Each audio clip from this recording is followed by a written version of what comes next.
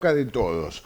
Pero ¿quién fue? ¿Quién lo hizo al Eternauta? ¿Quién es la mente detrás del Eternauta? Y hay un escritor, hubo un escritor que se llamó Héctor Germán Westergerd, quien fue el autor del Eternauta. Tiene una historia muy dramática, con un final de terror prácticamente, y lo va a comentar muy bien y lo va a explicar muy bien para que ustedes se interioricen un poco más de quién fue el autor de esta ahora serie que fue en su momento un cómic que también tuvo mucho éxito. Así que nos interiorizamos un poquitito más con Argentinos sin Domesticar TV, el profe Beto Gaitán en la mañana. Lo vemos.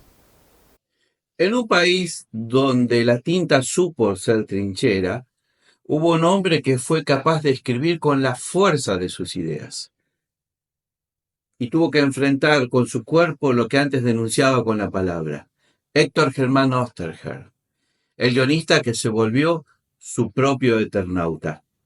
Argentinos sin Domesticar TV, temporada 3, episodio 9, El Eternauta. Somos argentinos sin domesticar. Somos de acá.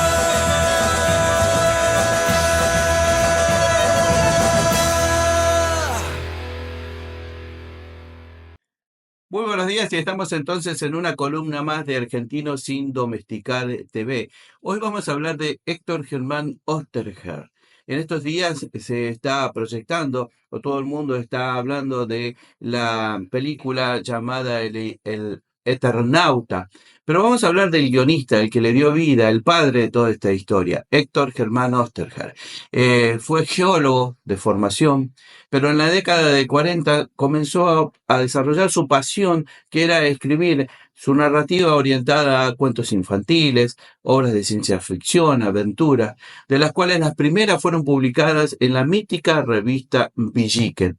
En la década de 40 va a fundar la editorial Frontera y sus guiones van a ser justamente sus historias, sus guiones, va a ser guía para que geniales dibujantes desarrollaran la época de oro de la historieta argentina, como por ejemplo Francisco Solano López, Alberto Breccia, José Muñoz. Fueron varios de los dibujantes que le permitieron conformar en definitiva la obra de Héctor Germán Oesterheld. Fue el pionero en introducir una narrativa adulta, directa y comprometida con la sociedad en la que estaban viviendo. Hay que decir lo siguiente, toda su obra se desarrolla en un contexto de la vida social y política argentina muy convulsionada. Fíjense que su obra cúlmine, El Eternauta, fue escrita en 1957, una alegoría de la lucha colectiva, de que nadie se salva solo, de comprometerse con la sociedad, porque estamos viviendo en 1957 la dictadura conocida como la Revolución Libertadora, aquella que proscribió al peronismo y también prohibió las garantías individuales, la década del 60, la noche de los bastones largos, aquella que expulsó y cerró todas las facultades de la República Argentina, expulsando a grandes profesores que después fueron científicos muy importantes en otros países. En ese contexto, Héctor Germán Oesterheld desarrolla sus guiones, como dijimos, con esa narrativa comprometida, directa, adulta, le da otro toque a la historieta argentina.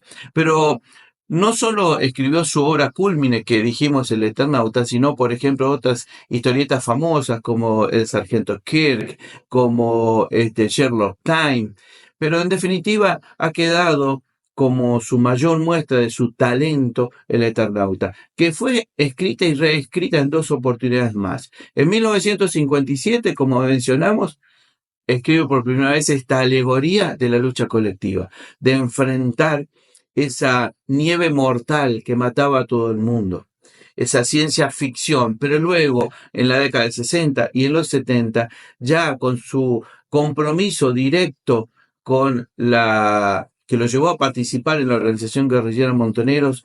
En las 2 últimas ediciones del Eternauta, la nieve mortal no era una simple alegoría o una metáfora, sino que él directamente, con su estilo más combativo, acusó a la dictadura militar, sobre todo la última, a la del proceso de reorganización nacional, por lo que estaba ocurriendo.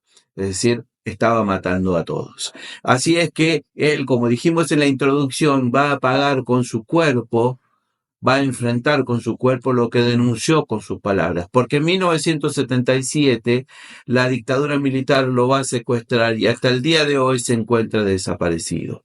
De la misma manera desaparecieron sus 4 hijas, 2 de sus yernos y 2 de sus nietos. De esa manera termina, pero se impulsa como legado, la historia de Héctor Germán Oesterheld, el guionista que se convirtió en su propio Eternauta. De esta manera, terminamos una columna más de Argentinos sin Domesticar TV. Dejamos la puerta abierta para que investiguemos, si nos interesa, para que sepamos un poquito más de varias cosas, la historieta argentina, para algunos de nuestra edad, recordar, volver a esas historietas, y para los más jóvenes, saber un poquito más de nuestros geniales artistas, escritores, guionistas y dibujantes, que no solo escribieron o dibujaron para entretenernos, sino para denunciar la realidad que vivimos. Y como dice la alegoría del Eternauta, nadie se salva solo. Esperando que les haya gustado, nos veremos el próximo martes. Chao.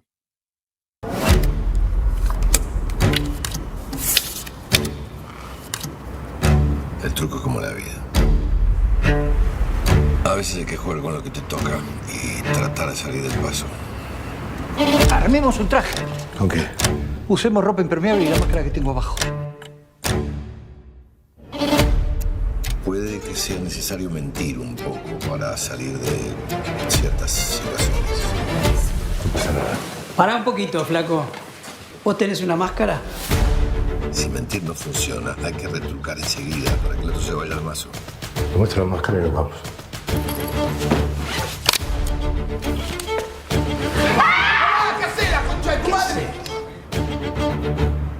Lo más importante es saber que si tenés el ancho de espada solo, no sirve de nada.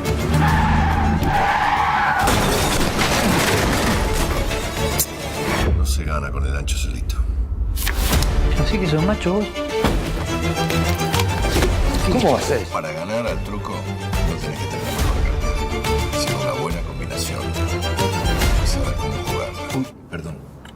No me di cuenta. Canté el truco. No sé. ¿Quieren?